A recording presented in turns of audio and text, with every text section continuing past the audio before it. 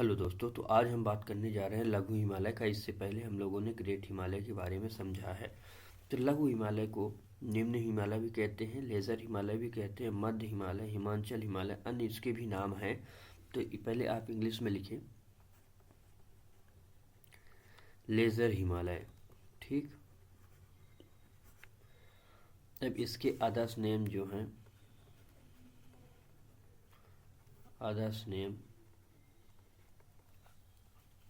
जैसे हमने कहा मिड हिमालय, ठीक, मिड हिमालय। ऐसे ही हिमांचल हिमालय, हिमांचल हिमालय, ठीक है। तो ये इसके अपने अन्य नाम हैं। इसी तरह लघु हिमालय यानी कि लेज़र हिमालय है ही, निम्न हिमालय भी इसे बोलते हैं, निम्न हिमालय, ठीक है, निम्न हिमालय। तो इस तरह इसके भी अन्य नाम हैं। अब इसके विस्तार को तो नहीं, आप समझ चुके हैं कि कैसे विस्तार है इसका भी, क्योंकि पूरे हिमालय का ही उत्तर पश्चिम से दक्षिण पूर्व है। तो ये विस्तार आपको याद रखना चाहिए।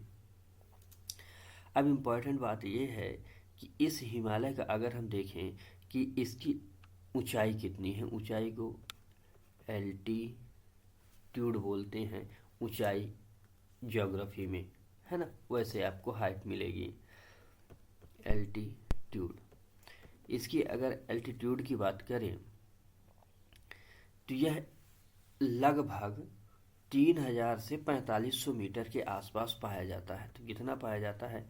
3000 से 4500 मीटर, ठीक। मतलब उससे तो काफ़ी नीचा है, क्योंकि वह लगभग कितना है, 6100 मिला है। आपको याद होना चाहिए, क्योंकि हमने अभी जल्द ही कल ही क्लासेस की थी। अब इसकी अगर विड्थ की बात करें कि इसकी चौड़ाई कितनी है, विड्थ की, इसकी जो चौड़ाई है, विड्थ है ना, इसकी चौड़ाई जो है, तो यह लगभग अलग अलग मानी जाती है, लेकिन आप इसे लगभग लिख सकते हैं 80 किलोमीटर। किताबों में आपको 60 से 80 भी मिलती है, तो आप 80 किलोमीटर, ठीक, फॉर एग्जाम्पल हम लिख देते हैं 60 से 80, ताकि आपको कन्फ्यूज़न ना रहे। ये आपको मिलेंगी। अब ये हिमालय में खास बात यह है कि हम लोगों ने जब ग्रेट हिमालय पढ़ा, तो ग्रेट हिमालय में हमने कहा कि ग्रेट हिमालय लगभग क्या है, कैंटिग्यूअस, संलग्न है, लेकिन ये संलग्न नहीं है। यहाँ से आपको याद रखने हैं। ऐसे ही आपको शिवालिक हिमालय भी संलग्न नहीं मिलेगा, सिर्फ ग्रेट हिमालय ही ऐसा है जो एकदम संलग्न मिलेगा। तो ये संलग्न नहीं है। तो अब इनके बारे में समझते हैं हम लोग मैप के माध्यम से, क्योंकि मैप के माध्यम से समझना ज्योग्राफी बहुत ही ज़्यादा इम्पोर्टेंट होता है। तो चलिए मैप की तरफ हम लोग चलते हैं। और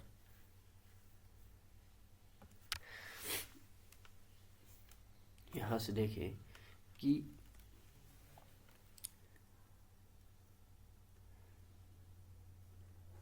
बनाते चलेंगे आप भी, पीर पंजाल, धौलाधर,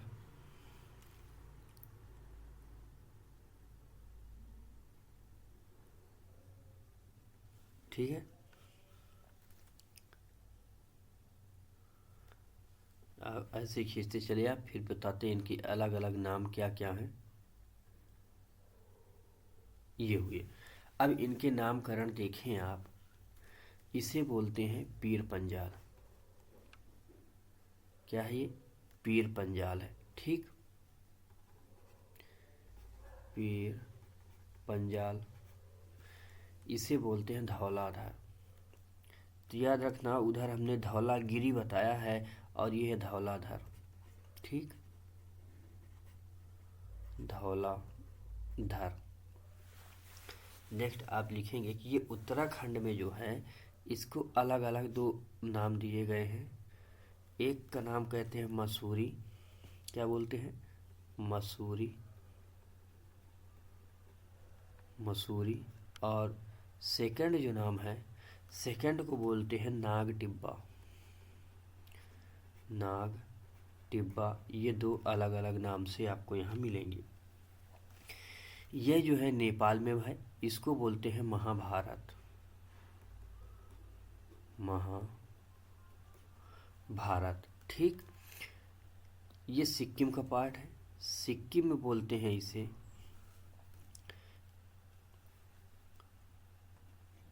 दो यम्मा, ठीक, दोयाम्मा बोलते हैं। और आपको ये भूटान है, भूटान में नाम मिलेगा इसका काला पर्वत। ब्लैक सी नहीं, ब्लैक माउंटेन मत लिखो, आप लिखो काला पर्वत, काला पर्वत। ओके, तो ये अलग इनके अपने अलग अलग नाम है। तो आपको प्रश्न में सीधा यही पूछता है कि इसके जो है तो नाम लिख देता है और ये कहाँ है, इस तरह से आपको ये पूछा जाता है। तो ये इम्पॉर्टेंट पॉइंट है कि इसके आपको अलग अलग नाम याद रखने हैं।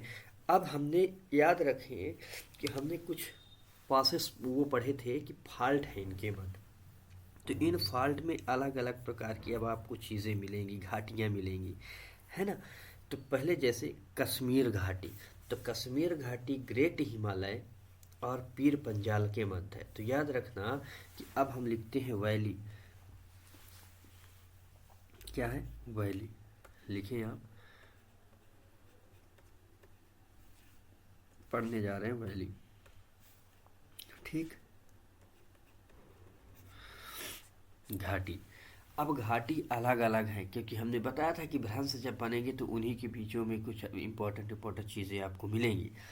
तो लिखें जम्मू की घाटी, तो जम्मू में है एक घाटी का नाम है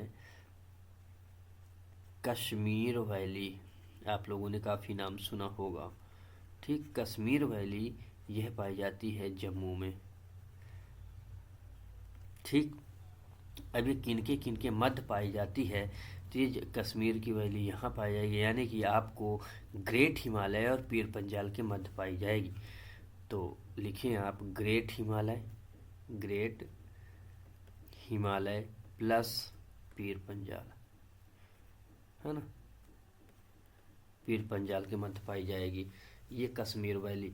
ये इम्पॉर्टेंट आप लिख लेंगे, ये बहुत ज़्यादा जो है तो प्रश्न पूछ ली जाती है कि ये किसके किसके मध्य पाई जाती हैं, तो ये आपको याद होनी चाहिए। नेक्स्ट की बात करते हैं हम, उत्तराखंड में बहुत सारी आपको वैलियाँ देखने को मिलेंगी, ठीक है, जैसे लाहौल स्पीति कुल्लू मनाली की घाटी, ये जो हैं तो कहाँ पाई जाएंगी आपको, हिमाचल में। ऐसे ही फूलों की घाटी आपको मिलेगी उत्तराखंड में, नेलांग की घाटी मिलेंगी आपको उत्तराखंड में। तो लिख लें आप एक हिमाचल, हिमाचल में अभी फ्लड भी आया था तो एक घाटी बहुत चर्चित थी, वो थी हरसिल वैली, तो उसे आप लिख लेंगे हरसिल वैली, ठीक। लाहौल वैली, स्पीति वैली, ठीक, कुल्लू वैली, है ना, कांगड़ा वैली, इस तरह की आपको अनेक अनेक घाटियाँ यहाँ मिलेंगी, ठीक। उत्तराखंड में लिखें आप, मेन इम्पॉर्टेंट है फूलों की घाटी, ठीक है, फूलों की घाटी यानी कि वैली ऑफ फ्लावर, फूलों की घाटी, फूलों की घाटी, ये आपको याद रखने हैं, ओके। फूलों की घाटी इम्पॉर्टेंट पॉइंट इसके अंतर्गत यही है। अब ये घाटियाँ तो हमने समझा। नेपाल में एक घाटी है और यहाँ बोलते हैं काठमांडू की घाटी, काठमांडू वैली, इस चीज़ को आप याद रखें, ठीक है। बहुत सेंसिटिव पार्ट भी है ये काठमांडू वैली। अब एक इम्पोर्टेंट कि अभी हमने जो कहा कुल्लू की घाटी, तो इस वाले पॉइंट में आपकी कुल्लू की घाटी मिलेगी, यहाँ आपको एक कुल्लू की वैली मिलेगी। तो ये कौन सी है, कुल्लू। तो याद रखें कि यहाँ से कुल्लू की वैली किनके मध्य है, पीर पंजाल और धौलाधर के मध्य। तो ये इम्पॉर्टेंट पॉइंट है जिसे आपको याद रखना है। कुछ यहाँ आपको सॉरी आपको यहाँ कुछ घास के मैदान भी मिलेंगे, है ना, क्या मिलेंगे, घास के मैदान। ये जो घास के मैदान है ये भी आपको मिलेंगे। तो इनको अलग अलग नामों से जानते हैं, जैसे मर्ग, क्या है, मर्ग। तो आपने सुना होगा सोनमर्ग,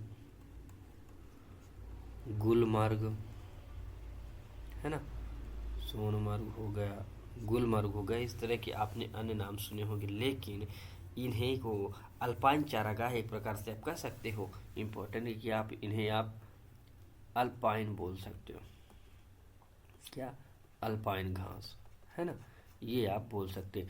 अब यहाँ जो सोनमर्ग गुलमर्ग हैं, इनके साथ साथ इनको देखें कि आप उत्तराखंड में इन्हें क्या कहते हैं। उत्तराखंड में इनको अन्य नामों से जाना जाता है, और वह नाम जो है उसमें पयार बोलते हैं। उत्तराखंड में इन्हें क्या बोलते हैं, पयार, पयार।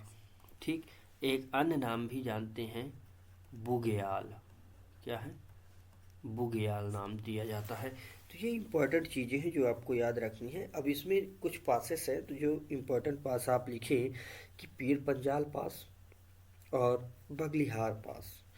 पीर पंजाल और बगलिहार दो पासेस मिलते हैं, ये दोनों जम्मू एंड कश्मीर में पाए जाते हैं। तो अगर हम कहें कि दो पास आप लिख लें, तो इसमें पासेस में पीर पंजाल और सेकंड है बनिहाल पास, ये दोनों आपको मिलेंगे जम्मू में। ठीक, ये दोनों मिलेंगे आपको। अब एक चीज़ और याद रखना है कि ये जो है तो कुलगांव को जोड़ता है, कुलगांव को कोठी से, कुलगांव टू कोठी, ठीक, कोठी को ऐड करता है। और ये जो बनिहाल है, बनिहाल जोड़ता है जम्मू टू श्रीनगर, श्रीनगर, इनको ऐड करता है। अब सेकंड बात कि आपने इतने जाना। अब नेक्स्ट एक और इसमें आप लिखें रोहतांग, जो आप लोगों ने बहुत सुना होगा, रोहतांग। ठीक, रोहतांग पास, ये आपको हिमाचल प्रदेश में मिलेगा। कहाँ है, हिमाचल प्रदेश में। ठीक, आपको ये हिमाचल प्रदेश में मिलेगा। और ये जो पास है, ये जोड़ता है मनाली को लेह से, मनाली टू लेह। ठीक, तो ये बातें आपको याद रखनी है। अब इसमें अभी हमने ये नहीं बात की कि इसके निर्माण में कौन कौन सी रॉक्स, जैसे चूना पत्थर, क्वार्टाजाइट, है ना, ये सारी चीज़ें, ज्वालामुखी से ऑर्थोक्सनस रॉक्स, ये सारी चीज़ें नहीं जानने की कोशिश कर रहे हैं हम लोग। हाँ, एक चीज़ और लिख लें आप कि इसमें एक टनल बनाया गया था, उस टनल का नाम था अटल टनल। ये अटल टनल जो है तो पीर पंजाल में बनाया गया था, ये भी प्रश्न आया हुआ है। तो अभी खाली ये पूछा गया था कि ये टनल कहाँ बनाई गई। इस टनल के बारे में आपको ये याद रखना है कि ये टनल ब्रो के द्वारा बनाई गई थी, है ना। एक संस्था है सड़क बनाने वाली, जो कि पहाड़ी क्षेत्रों में संस्थाएं बनाती हैं, बीआरओ। तो ये बीआरओ ने के द्वारा बनाई गई थी। और ये जो अटल टनल है, ये मनाली को लाहौल से जोड़ेगी। ठीक, स्पीति घाटी से जो जुड़ती है उसको। ठीक है, तो ये चीज़ें आपको याद रखनी है। और दूसरी बात कि यहाँ बर्फबारी होती है, तो इसके बनने से यहाँ का जो मार्ग है, ये सुगमता पूर्ण पूरे 12 महीने चलता रहेगा, यानी कि इसमें कोई समस्याएं नहीं होंगी। तो संचार के माध्यम से बहुत बड़ी वहाँ के लिए उपलब्धि करी गई थी। तो ये चीज़ें याद रखना है। अटल बिहारी वाजपेयी ने आधारशिला रखा था, और प्रधानमंत्री पीएम मोदी ने इसका उद्घाटन किया, या ठीक। तो ये चीज़ें आपको याद रखनी। हाँ, इम्पॉर्टेंट बात यहाँ कि यहाँ कुछ हिल स्टेशन हैं, तो उन हिल स्टेशंस के बारे में लिख देते हैं। ठीक, हिल स्टेशन, है ना, इनको लिखें आप।